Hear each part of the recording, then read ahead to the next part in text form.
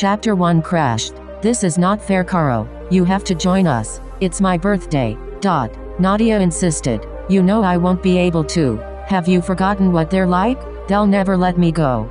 I said, apologetically. Yes, I am 22 and not allowed to attend my friend's birthday. Nadia and I have known each other for 3 years now. We met at work, which is Mike's coffee shop. We hit it off almost immediately.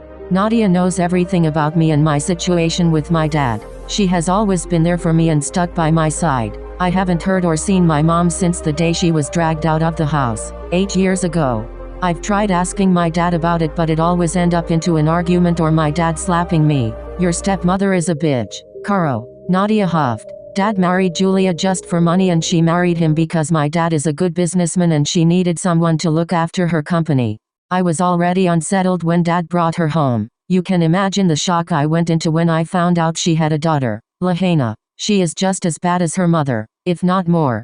What people do for money, I thought. So disgusting. Ever since I've learned the power money has, I've always been weary about the people who have it. Money changes one into a monster, hence my dad being the way he is. I know. I'm sorry, but I can't help it. I'm not allowed to live my life the way I want. I told her. I know. You need to stand up for yourself. But, no matter what, I'll always be here for you. She said with a small laugh. Your life is honestly what hell would be like, she added. Yeah, I know. I sighed. Why don't you run away from them? I've told you this before, Nadia. He will find me. He has resources. Working in this cafe is the only time I get to be happy. I want to be happy, but happiness is just not for me. I'm not lucky like others to move and do things according to my wishes. I didn't want to work in Julia's company, that my dad runs now. So, I decided to work here in this cafe. They only agreed to it because Lahaina took my side, as she didn't want any competition for the company's heir. I'm sorry, Caro.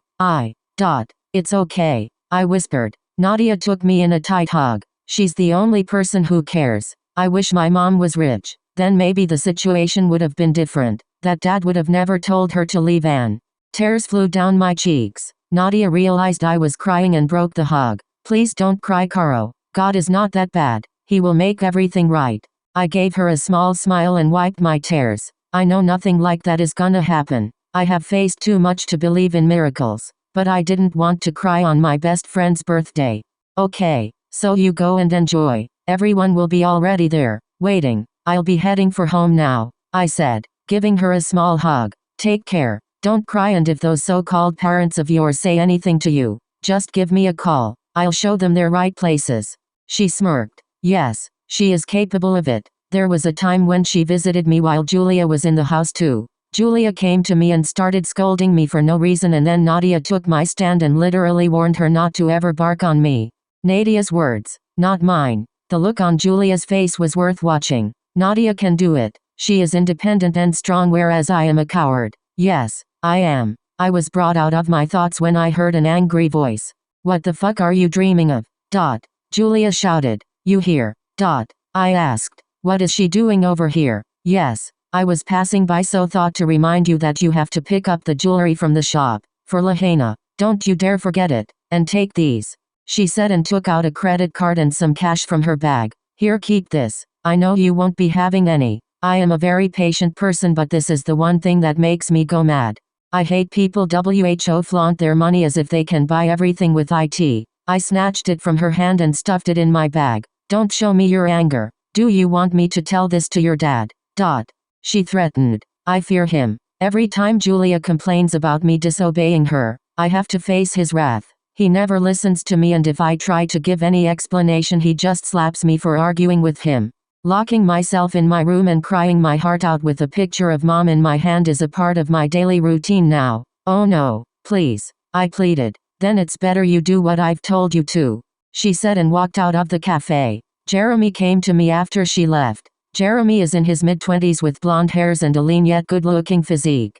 He really has an attractive face which forces girls to give him a second look. He works in this cafe and is really a sweet person to talk to. Hey Caro, who was she? He asked, looking at door. A relative, I said casually. She didn't seem to be happy, he said, frowning a bit. Yeah, she is like that. Well, I need to go somewhere. Bye. See you tomorrow. I smiled and walked out of my workplace. Sitting in my car, I drove off to the jewelry shop. Reaching there, I drove my car towards the parking area. There wasn't much place and I had to park my car between the two already there. Bump. Shit. I quickly got out of my car to look at the trouble I caused. The car behind mine was a very expensive and luxurious one. I went near to have a better look. There was a huge scratch, with a dent, at the front and the right headlight was cracked. Oh no, it was a speaker. This car definitely belongs to someone very rich and I scratched it. Not just scratched it, it has a dent and even the headlights are broken. God, help me. I really don't want to have an argument with someone that rich. I just lose my sanity when someone shows me the power of their money. What the hell did you do to my car? Came an angry roar. Holy crap. Readers, comment, vote and show your support. And a thank you to all those who are reading this story. What do you think will happen now? How will Caroline face this situation? What will the owner of the car do when he'll see his car in this condition? Analia. Chapter 2. I want to sleep forever. What the hell did you do to my car? Came an angry roar from behind. Holy crap. What are you going to do, Caroline? I turned to face my death and there he was. A man dressed in a perfectly tailored black suit, with a white shirt and a navy blue tie. He had chiseled jawline with green eyes and black hair. The man had an aura of authority around him. I'm sorry, I was just parking my car and didn't realize he snubbed me. Why were you even driving when you don't know how to use the damn thing? He said, pointing towards my car. He was angry, really very angry. I crashed my car in his extremely rich one. Of course he will be angry. I'm saying I'm sorry. It was unintentional and he snubbed me again. And you saying sorry can repair my car? Can it? He said, glaring me. I looked here and there to calm myself down. Not a good time to show your anger, Caroline. Calm down. Just then something caught my eye. How can I forget that even my car would have been hit in the process? I bent towards my car to have a better look. It had a huge dent with the few scratches and the back lights were in the same condition as it were of the man's car. Oh no, Dad will kill me for this. What am I gonna say to him? Oh, now you see it, the car owner spoke, looking at my car. I need to get it repaired before Dad, Julia or Lahaina see it. See, even my car is. Again. What is wrong with him? Your car and my car has a huge difference and since you caused it you deserve it, he said with a smirk. Listen, I've been trying to apologize to you since the very start of this argument but you're not even giving me a chance. It was my fault and I'm saying sorry. Isn't that enough? I said, trying to end the topic. Really? You think that's enough? Just apologizing for your deeds? Do you even know the cost of this car? And the cost for repairing this car? Since you have such an expensive car, and you yourself seem to be rich enough, then I think you must be having the money to get your car repaired. I said. I am about to lose it. If this continues for some more time I know I will do something that I'm gonna regret later. I really am sorry for doing this but then I don't have that much money to give to him. The only money I have right now is Julia's for her daughter's jewelry. At first you crash my car, and then you have the audacity to speak to me in this manner. Do you even know who I am? He said furiously. That is another reason why I hate rich people. No, I don't and even don't want to. I have to leave now and get my car repaired. Bye. I snapped and started to go back to my car. What about my car? Who will get it repaired?